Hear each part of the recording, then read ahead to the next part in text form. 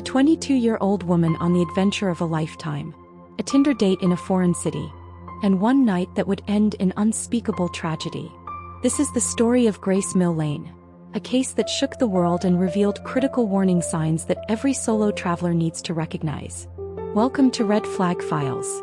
I'm here to share Grace's story, not just as a tragedy but as a lesson. Because the red flags were there. And understanding them could save your life or someone you love. Before we begin, this case involves dating violence and harm to a young woman. Please take care of yourself while watching. Grace Rose Millane was born on December 2, 1996, in Wickford, Essex, England. She was the youngest of 3 siblings in a close-knit, loving family. Those who knew Grace described her as adventurous, warm-hearted, and endlessly curious about the world. She had an infectious smile and a genuine interest in other people's stories. She was the kind of person who made friends easily, thoughtful, kind, and always up for trying something new. Grace had just graduated from the University of Lincoln with a degree in marketing. But before settling into her career, she wanted to do what many young people dream of: travel the world. In October 2018, Grace began a planned year-long trip through South America, New Zealand, and Southeast Asia. She called it her OE, Overseas Experience, a rite of passage for many young travelers from the UK, Australia, and New Zealand. Her family stayed in close contact with her. Grace sent daily messages, photos of stunning landscapes, updates about the people she was meeting. She FaceTimed her parents regularly. She was living her dream, and sharing every moment with the people who loved her. By late November 2018, Grace had arrived in New Zealand. She'd spent time in Lima, Peru, then traveled to Auckland, one of the most vibrant, cosmopolitan cities in the Southern Hemisphere. She stayed at Base Backpackers, a popular hostel in the city center. She explored the city, posted photos online, and connected with other travelers. She was excited, independent, and exactly where she wanted to be. On December 1, 2018, one day before her 22nd birthday, Grace had plans to meet someone new. For solo travelers, especially young women, dating apps like Tinder have become a common way to meet people abroad. It's a chance to connect with locals, get recommendations, maybe share a meal or explore the city with someone who knows it well. But dating in a foreign country comes with unique risks. Risks that are easy to overlook when you're caught up in the excitement of travel. Grace had been using Tinder during her trip. She'd gone on dates in other cities without incident. To her, meeting someone for drinks in Auckland probably felt no different than meeting someone back home. But there were critical differences. Red flag context number 1. Isolation. Grace was alone in a foreign country. She had no local support network. If something went wrong, she had no nearby friends or family to turn to. Red flag context number 2. Unfamiliarity. She didn't know the city well. She didn't know which neighborhoods were safe, which bars were reputable, or where to go if she felt unsafe. Red flag context number 3. Trusting by necessity. Travelers often have to trust strangers. Hostel staff, tour guides, people they meet along the way. This necessary openness can sometimes override normal caution. Grace matched with a man on Tinder. His profile seemed normal. They exchanged messages. He suggested meeting for drinks in downtown Auckland on the evening of December 1st. Grace agreed. She told friends at the hostel she was going on a date. She seemed excited. She got ready, took a photo in the mirror of her hostel room wearing a little black dress, and headed out into the Auckland night. It was supposed to be a fun night out before her birthday. Instead, it would be the last time anyone saw Grace alive. Grace met her date at the Sky City precinct in central Auckland around 6 p.m. They went to several bars throughout the evening: Andy's Burgers and Bar, then the Bluestone Room, then Mexican Cafe. Surveillance footage captured them together. They appeared to be having a normal evening, talking, drinking, moving from venue to venue. But let's pause here and identify the red flags that were unfolding, warning signs that are critical for anyone dating in unfamiliar places. Red flag number 1. Moving between multiple locations quickly. The pair moved between several bars in rapid succession. While bar hopping can be normal, frequently changing locations can be a tactic to disorient someone, especially if alcohol is involved. It becomes harder to remember where you are or how to get back to safety. Lesson: on a first date, especially in an unfamiliar city, consider staying in one public, well-populated location. If someone insists on moving constantly, ask yourself why. Red flag number 2. Increasing alcohol consumption. Throughout the evening, both Grace and her date were drinking. Alcohol lowers inhibitions and impairs judgment. And in a foreign city where you're already vulnerable, this risk is amplified. Lesson: stay aware of your alcohol intake on first dates, especially when traveling. Set a personal limit and stick to it. Keep your drink in sight at all times. Red flag number 3. Going to a private location. At approximately 9:40 p.m., surveillance footage shows Grace and her date entering the City Life Hotel, where the man was staying. This is one of the most critical red flags. Going to a private, secondary location with someone you've just met. Grace had no way of knowing what would happen once she entered that hotel room. She was alone in a foreign country with a stranger in a private space. Lesson: first dates should remain in public spaces. If someone pressures you to go somewhere private, their home, their hotel, an isolated area, this is a significant red flag. Trust your instincts and decline. Once inside the hotel room, the man's behavior became violent. What happened next is deeply disturbing. Grace was killed in that room. The details, which came out during the trial, reveal a horrific act of violence that no one should ever experience. By December 2nd, Grace's 22nd birthday, she was gone. When Grace didn't respond to birthday messages from her family on December 2nd, alarm bells went off immediately. Grace had been in constant contact with her parents throughout her trip. She never missed a call. She never went a day without checking in. Her father, David Millane, tried calling, texting, messaging on Facebook. Nothing. By December 5th, the family reported her missing to New Zealand police.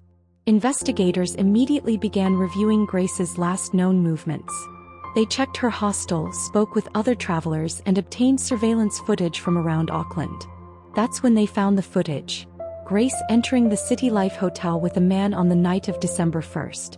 But she was never seen leaving. Police identified the man through Tinder records and hotel check-in information. His name was Jesse Kempson, a 27-year-old who'd been living in Auckland. When questioned, Kempson initially denied meeting Grace. Then he changed his story, claiming they'd had a date but parted ways afterward. He said Grace had left his hotel room alive. But investigators didn't believe him. They obtained a warrant to search his hotel room and his vehicle, a rental car he'd taken out on December 2nd, the day after Grace disappeared. On December 9, 2018, Grace's body was found in a shallow grave in the Waitakere Ranges, a forested area west of Auckland. She had been buried in a suitcase. The discovery devastated her family, devastated New Zealand, and sent shockwaves around the world. Jesse Kempson was arrested and charged with murder. Jesse Kempson's trial began in November 2019. He pleaded not guilty, claiming Grace's death had been an accident during consensual activity. But the evidence told a very different story. Prosecutors presented digital evidence showing Kempson's actions after Grace's death. He took explicit photos of Grace's body. He Googled hottest fire, large bags near me, and Waitakere Ranges. He cleaned his hotel room extensively. He rented a car and purchased a large suitcase. He went on another Tinder date the very next day while Grace's body was in his hotel room. The jury also heard testimony about Kempson's pattern of behavior with other women he'd met on Tinder. Several came forward to describe troubling encounters. One woman reported he became aggressive and controlling. Another said he lied extensively about his life and career.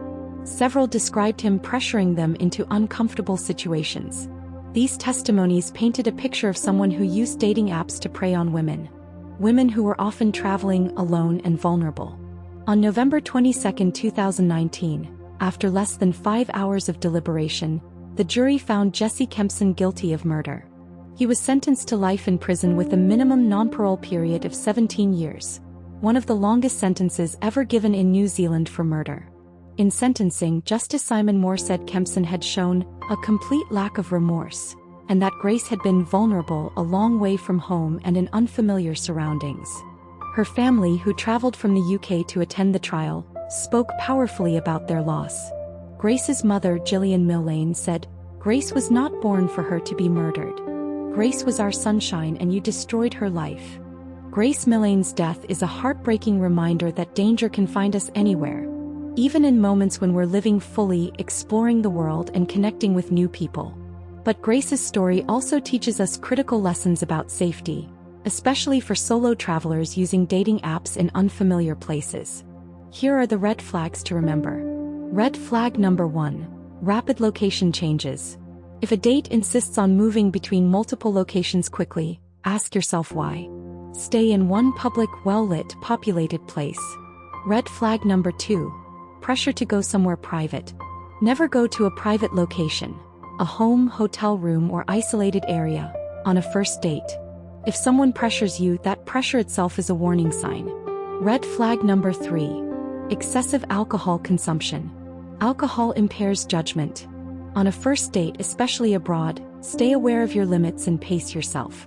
Never leave your drink unattended. Red flag number 4. Isolation in an unfamiliar place. When you're traveling, you're inherently more vulnerable. You don't know the area, you have no local support system, and you're relying on strangers. Be extra cautious. Red flag number 5. Ignoring your instincts. If something feels off. If someone is too pushy, too intense, too eager to isolate you, trust that feeling. You don't owe anyone your time or company. An important note. This case isn't about scaring people away from online dating. It's about making smart, safe choices when you do engage with people online. Millions of people use dating apps safely every day, including while traveling. The goal is empowerment through education, not fear through tragedy. Online dating can be a wonderful way to connect with people, explore new cities, and create meaningful experiences. But like anything in life, it requires awareness and boundaries. Safety steps for travelers. Tell someone where you're going. Share your date's profile, name, and location with a friend or family member. Meet in a public place and stay there. Restaurants, cafes, busy bars, places with witnesses and exit routes. Keep your phone charged. Make sure you can call for help or navigate back to your accommodation. Set a check-in time. Have a friend or family member expect a message from you at a certain time. If they don't hear from you, they know to follow up. Trust your gut.